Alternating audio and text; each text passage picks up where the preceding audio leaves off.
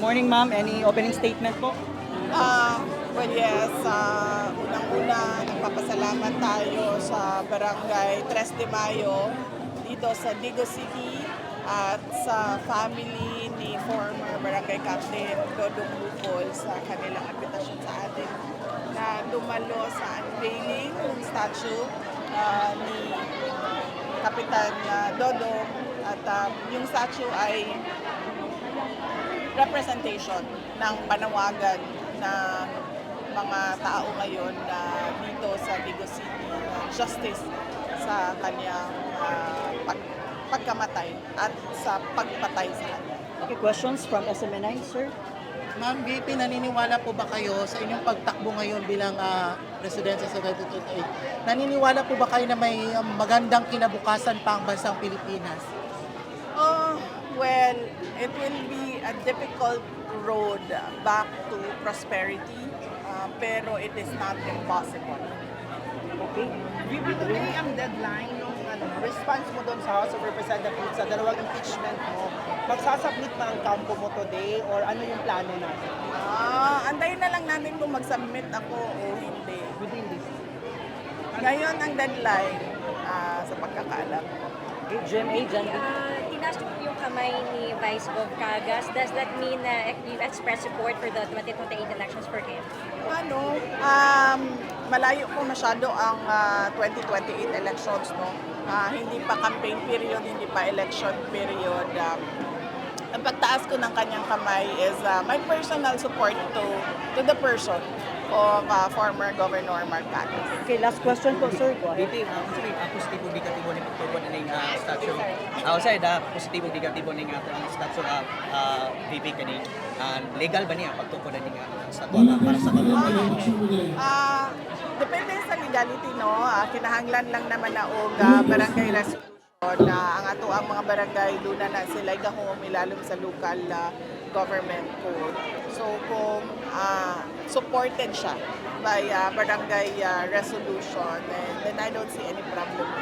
Okay, last question tayo. Sige po. OFW, ang masama loob ni PPPM, lalo't hindi niya sinalubong sa airport yung mga na-repatriate nating kababayan. Ano ang take nyo? Nakikiisa tayo sa pinagdadaanan ng karamihan nating mga kababayan na overseas Filipino workers dahil sa kaguluhan o dahil sa giyera doon sa Middle East. At kung ano man yung matulong ng Office of the Vice President ay gagawin namin, ipaalam lang sa amin kung paano kami makakatulong. Patunay ba ito na doon sa nauna niyo sinabi na hindi matulong presidente? Marami siyang kakulangan bilang presidente. Hindi lamang sa pagbibigay ng simpatya at empathy, no, sa ating mga kababayan. More than that ay yung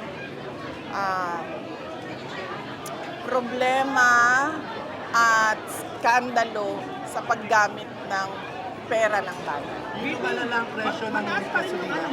Mataas pa rin yung ratings mo base sa Pulse Asia ngayon lumabas VP.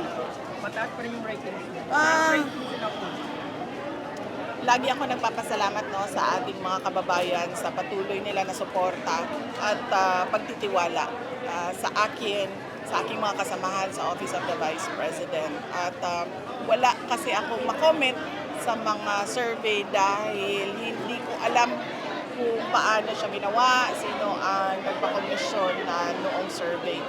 Pero ako ay may survey man o wala.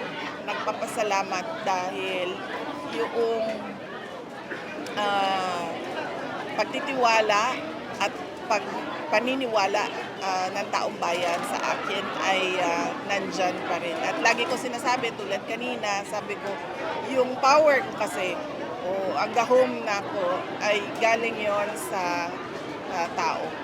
Thank you. Pwede pa isa, sumala man good ni Representative Ridwan, subpoena may be issued sa tax and business records daw ni mo and sa imuhang bana. Comment lang yung video. Kausapin muna nila ng maayos yung mga abogado nila dahil sa nakikita natin ngayon ay yung mga iilan sa mga members of the House of Representatives ay inaabuso yung kanilang posisyon at kapangyarihan at more than that ay lumalabas na para silang mga law benders. VP, ano yung tugon ng OVP, Office of the Vice President, sa crisis ngayon sa Middle East, especially itong mga nagtaas ng crude? Yung projects ng Office of the Vice President, meron tayong RISE na tinatawag. Ito yung relief for individuals in